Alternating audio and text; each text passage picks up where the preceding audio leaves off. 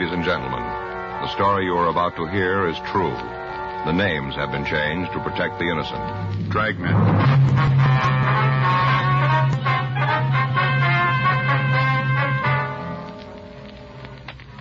You're a detective sergeant.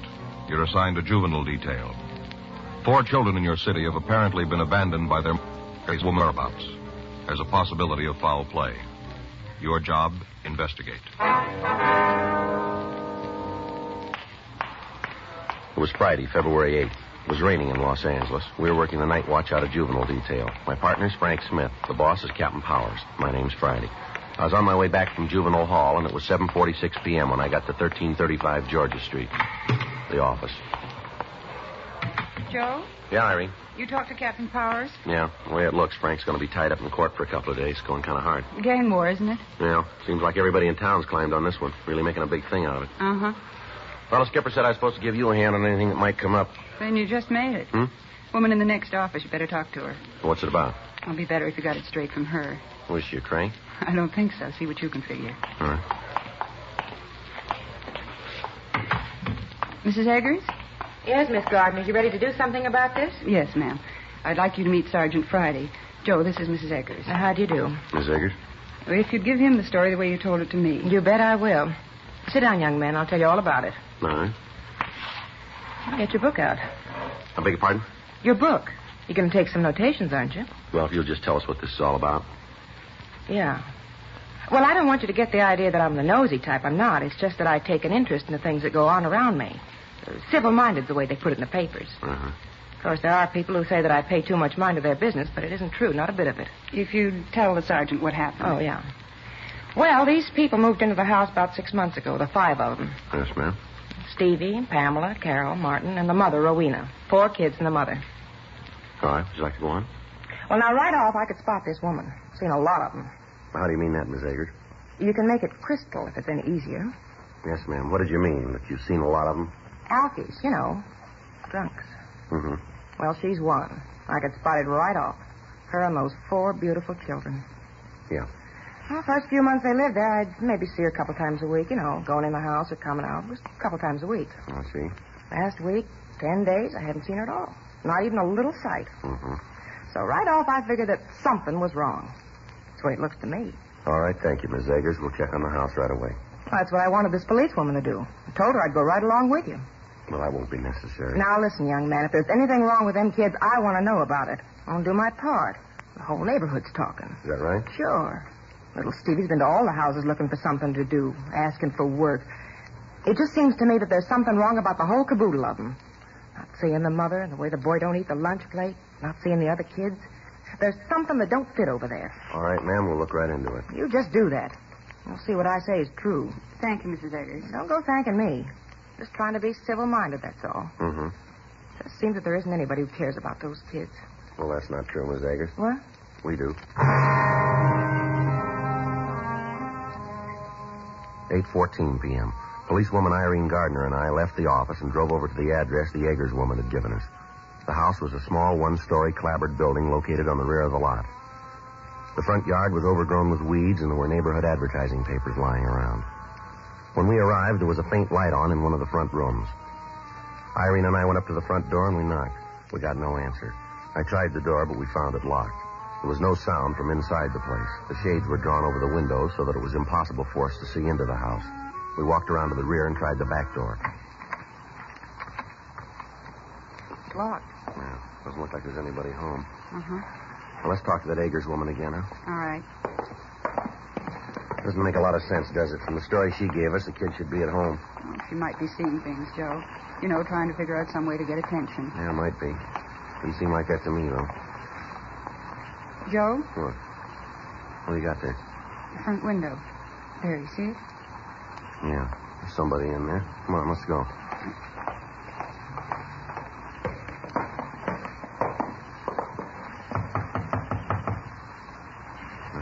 Try it again. Yeah. Not answering. Come on, open up in there. We know you're in there. Come on. Open the door. What do you want? Police officers, let us in. There's nothing wrong. Go away. No, we can't do that. Now, come on, open up. Who are you going to arrest? Nobody. We just want to talk to you. You sure that's all? That's right. Okay. Just a minute. What do you want? You Pamela Telford? I haven't done anything wrong. Well, we didn't say you did. Then what are you doing around here? What are you looking for? Is your mother in? What? Is your mother home? Well, yeah, she's here. Well, we'd like to see her if it's all right. You can't. You can't see her. Well, I'm afraid we're going to have to. She's lying down, asleep. That's why you can't talk to her. Well, what's the matter, little girl? Nothing. Why'd you ask something like that? Don't you think you better let us in? We're going to have to talk to your mother. But she's asleep. She's tired. You can't talk to her. You can't. Now, come on. You want to go and wake her up? There's some things we've got to talk to her about. I wonder if we could come in. It's kind of wet out here. How about it? And then you can get your mother and we can have our talk, huh? I guess you can come in. I guess it's all right. Come on in, Joe. Yeah.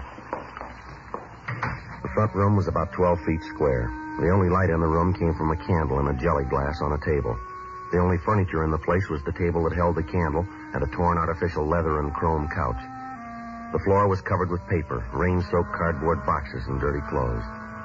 At a half a dozen different places, drops of dirty water were seeping through the roof. The water was being caught in empty tin cans that had been placed around the room. To the left was a door to a bedroom.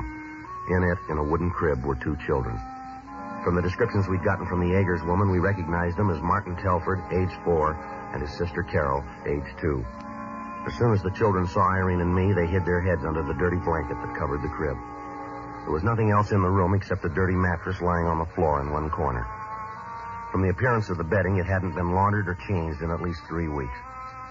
On the other side of the house, a small kitchen was piled high with dirty dishes, pieces of rotting food, and empty tin cans. The plumbing in the house had apparently been out of order for several weeks. While Irene and I looked over the house, the girl who'd met us at the door, Pamela Telford, followed us. When we got back to the front room, she started to cry.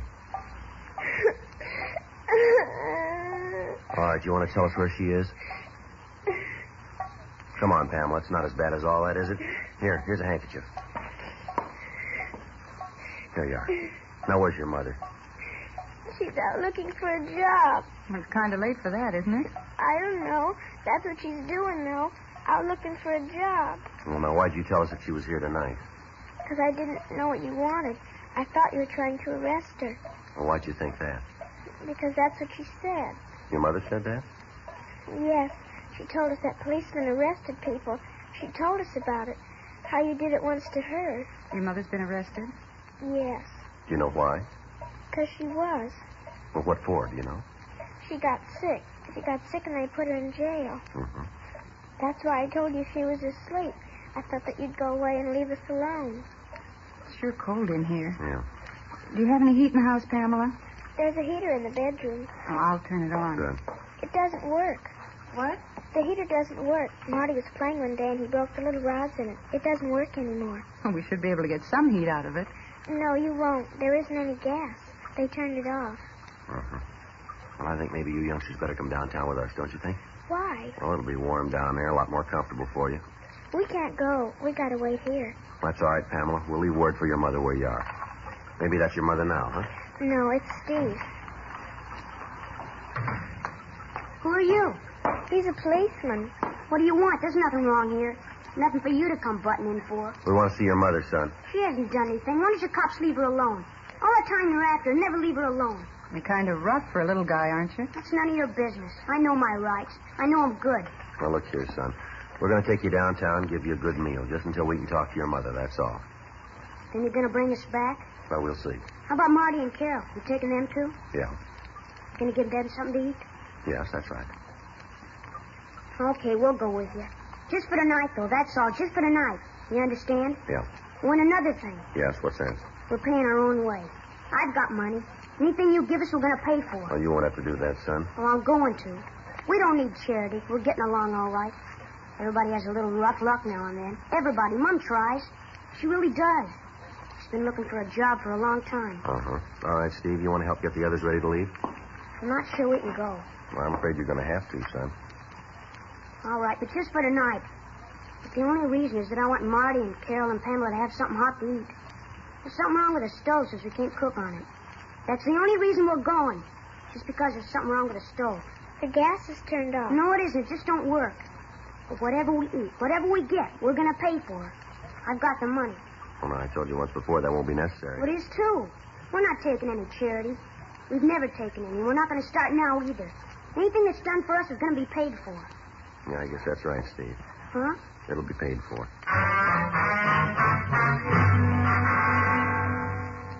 8:56 p.m. Men from the crime lab arrived and photographed the entire house. The pictures were held for evidence. A search of the house showed that there was no food for the children. In a cardboard box in the bedroom under a pile of toilet articles, we found a photograph of a man and a woman taken at what appeared to be a beach photographer. Irene and I checked through the rest of the house, but we found nothing that would indicate where the mother of the 4 Telford children had gone. The youngsters were taken to juvenile hall, bathed, given clean clothes, and fed. At first, Steve Telford refused to eat anything until he was assured that his 2 sisters and his brother were being given the same kind of food. After the boy had finished eating, Irene and I talked to him. His previous uncooperative attitude had changed, and he seemed anxious to help us find his mother. This is the longest she's ever been gone. I'm beginning to think there might be something wrong. Well, when'd you see her last, Steve? This is Friday, isn't it? Yes, February 8th. Uh-huh. It was last Tuesday, then. You mean this week, son? No, a week ago. A week ago Tuesday.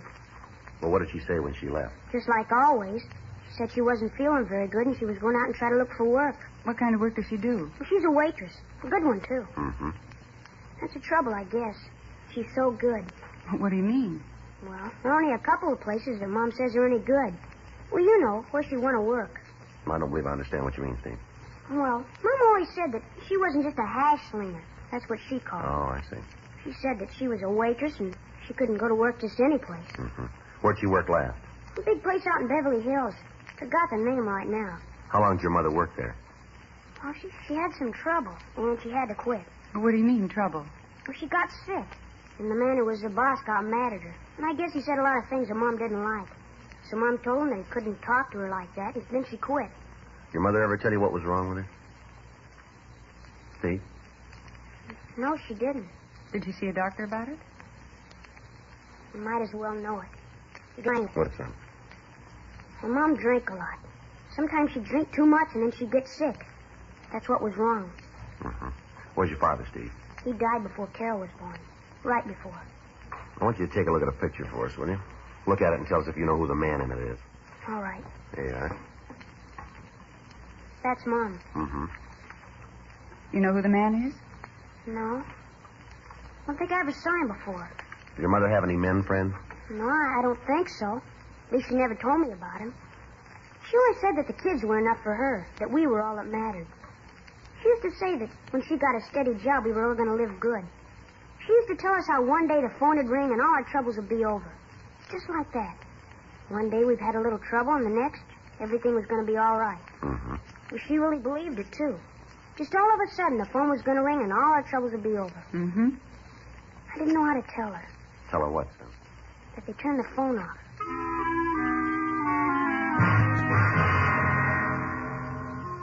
We had the name Rowena Telford checked through R&I. We found that the boy's story was true. The woman had been arrested once on a charge of 4127A LAMC, being drunk in a public place. Irene put in a call to the Waitresses Union and asked them to check to see if the woman was working any place in town. They came back with the information that the last job she'd held had been 6 months before, and that she'd been fired for insubordination and for being drunk. We showed the picture of the man and woman that we'd found at the Telford home around the department in the hopes that one of the officers might recognize the place where it was taken. None of them did. The next morning, we had several copies made, and we began a search of the bars along 5th Street. We asked each bartender if he'd ever seen the man or the woman.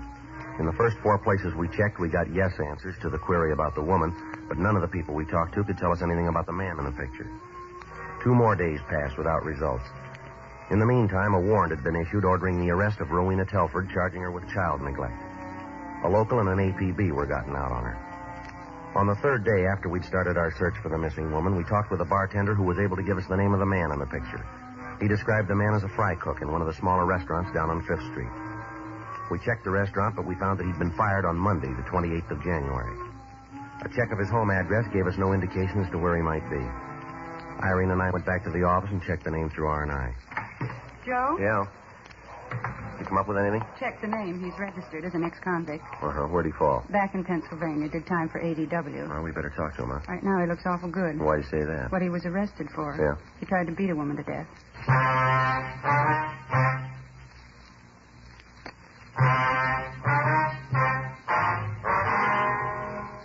An immediate search was started for the man in the picture with Rowena Telford. From friends of his, we found that we might be able to locate him at a hamburger stand down at Santa Monica. Tuesday, February 12th. Policewoman Irene Gardner and I drove down to the beach. Should be it up there, huh? Yeah. Go ahead. Thanks. It's warm in here. Yeah. Yeah? You like to see Willis Thatcher? What for? Police officers. You're Thatcher, aren't you? Yeah, what do you want with me? A couple questions we'd like to ask you. Sure, I got nothing to hide. No reason to give you any trouble. What do you want to know? You know a woman named Rowena Telford? Why do you ask that? It's a simple question, Thatcher. Can you give us the right kind of an answer? How about it? Yeah, I know her. Why? What's she done now? When'd you see her last? I don't know, a couple of weeks ago. Narrow that down, will you? Why? Listen, anything she did, I had no part of. We understand you were pretty friendly with her. That's not true. Sure, maybe I had a couple of dates with her, not more than a couple. That's it. And anybody in the world could put up with her for more than that. Why do you say a thing like that? You ever know her? No, we're looking for her. You? No, I've never met her. That's how come you can ask that kind of question. And if you knew her, if you spent any time with her, you had to know what I mean. Well, suppose you tell us. She's a lush. A real lush. All the time boozing it up. It wasn't so bad that she got loaded, but she was real loud when she was tanked up. Real loud. Is that right? Sure, check around. Ask her friends. Talk to them. They'll all tell you the same story. Every one of them. First off, she'd have a couple of drinks. Next thing you know, any fella with her be trying to get out of a place without getting his head knocked off. She was always starting trouble. Sit down, order a drink. The next thing you know, some guy was asking you outside. Well, I ain't built to go outside too often. I get hurt bad when I fight. Mm-hmm. She have any other boyfriends? You don't listen very good, do What's you? that? I told you, and anybody around here had much to do with it. As far as I know, there wasn't nobody who went with her. How'd you seem the last time you saw her? All right. She had a little hangover. She always had one of those. Seemed depressed about anything? Not that she talked about. Mm-hmm. Did you say anything up in town? Not to me. Listen, how about giving me a break and telling me what this is all about? What do you have to root for? These fights you told us about. Did you ever have any arguments with Ms. Telford? I don't think that's any of your business. We're writing it down that it is. Now, how about an answer? Well, we had a couple of beefs. I told you couldn't go around with her and not have a little trouble. Did you ever hit her? We're back to that, huh? What do you mean? You know the record, the time I did. You figure maybe I did something to Rowena, isn't that it? You think I hurt her? We're asking you. Well, you're way off the road. I ain't gonna try to con you. Sure, maybe I had a lot of reasons to want it better. I used to think a lot of Rowena. Awful lot. But that's all over. All I want to do is leave you alone. Stay away from me. I didn't ever hit her. I didn't hurt her, no matter what you think. All right. Believe it. I guess it sounds funny. I ain't trying to fool anybody. I'm ready to admit it. I'm a bum. Mm-hmm. She didn't have to keep telling me, not all the time. I knew it. Yeah. Nobody likes to be called a bum. Mm-hmm. Even if you know it's true. 1:47 p.m. We drove the suspect over to his rooming house and we checked the premises. We found nothing that would definitely tie him in with the disappearance of the Telford woman. After leaving his room, we took him downtown where he was held for further investigation on a charge of suspicion of murder. We checked communications, but there had been word of a missing woman. Her name and description had been checked through the files and Missing Persons Bureau without results. 3:40 p.m. Frank came by the office and said that the trial he was attending was dragging on and it would be a couple more days before he'd be back on duty with me. A petition was filed on behalf of the children charging violation of Section 273A PC, unfit home, asking that he be ward to the court. Policewoman Irene Gardner put in a call to the next-door neighbor of the Telford woman, but we'd found that there'd been no trace of the missing woman since we'd removed the children. 5:12 p.m. We finished up the log for the day and we were leaving the office. I got it. Juvenile Friday. Yeah, that's right. Yeah, what's that? Yeah. Mm-hmm. Yes, sir, we'll be right there. Right, thank you. What do you got? Bar over on East 6th. Yeah? Rowena Telford just walked in.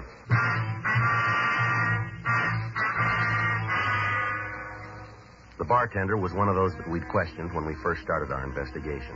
At the time, he knew the Telford woman, but he said that he hadn't seen her for several weeks. On the phone, he told me that she just walked into his bar. Irene Gardner and I left the office and drove over to the East 6th Street address, but the woman had just left. We had her description and a description of the clothes she was wearing. We put that out to all cars in the area, but she was not picked up. Irene Gardner and I went back to the office, and we put out a supplementary bulletin on the woman. At 8:14 p.m., we got a call from the woman who'd made the original complaint, Mrs. Crystal Agers. She told us that the Telford woman had just walked into her own home. Irene and I left the office, and we drove out to the house on Vallejo Street. Light on. She must still be home. Yeah. Who is it? Police officers would like to talk to you. Just a minute. It's about time you got here. You got them yet? I beg your pardon? You got the little brats? They all run off, all of them. Get my hands on them, and they're going to get what for. Where are they? We have them downtown, Miss Telford. Why don't you bring them home? This is where they belong. I get my hands on them. Oh, what I'm going to give that little Steve. You mind if we come in? No, come right ahead. You got to kind of excuse the way the house looks. I've been away for a couple of days. And you see how the kids can mess the place up. I'm Sergeant Friday. This is Miss Gardner. Oh, how do you do? Would you like to sit down? No, that's all right. How come you didn't bring them back? They're being held in juvenile hall, Miss Telford. For what? Well, when we found them, they were suffering from malnutrition. This place here, it's not fit for youngsters. Oh, so you just took them out and put them in a home, the way it is? Yes, ma'am, that's the way it is. Well, you've got your nerve. You really have. What? You coming in here and breaking up a home like this. You ought to be ashamed of yourself. We have a warrant for your arrest. Me? Yes, ma'am. Now, you listen. You've got no right to come in here and break up my... I know all about you cops. All pussyfooting around trying to make everybody think you're so good. I know you for what you are, and I'll tell you this. Yes, ma'am, what's that? You better get those kids back here fast. Do you hear me? You get them back here fast, because if you don't, I'm going to sue you and her and the city for every dime it's got. I'll take this to any court in the country I have to, but I'm going to get my kids back. You ain't half as good as you think you are. You want it plain, real plain, so you can understand it. You stink, that's what. All of you stink. All right, ma'am, I think that's enough of that. Where have you been for the last 2 weeks? The terrible thing ever happened to me. To anybody. He told me he loved me and said we was going to get married. I thought that's what I said. And we was going to get married.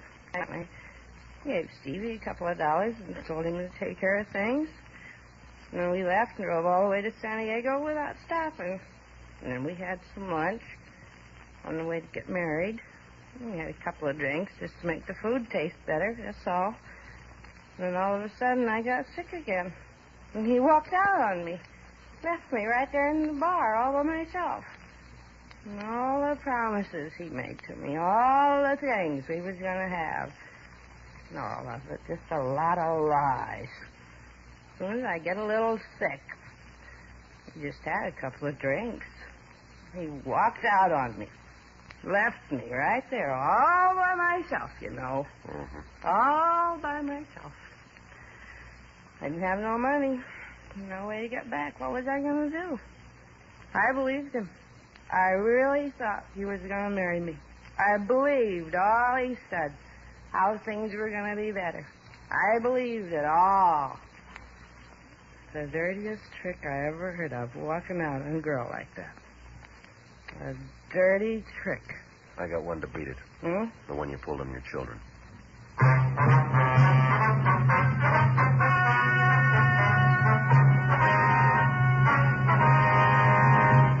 Rowena Esther Telford was tried and convicted of violation of Section 273A PC, endangering the life and safety of a minor, which is punishable by imprisonment in the county jail for a period of not more than 1 year. The 4 Telford children were made wards of the juvenile court and were placed in foster homes. You have just heard Dragnet, the authentic story of your police force in action, and starring Jack Webb, a presentation of the United States Armed Forces Radio Service.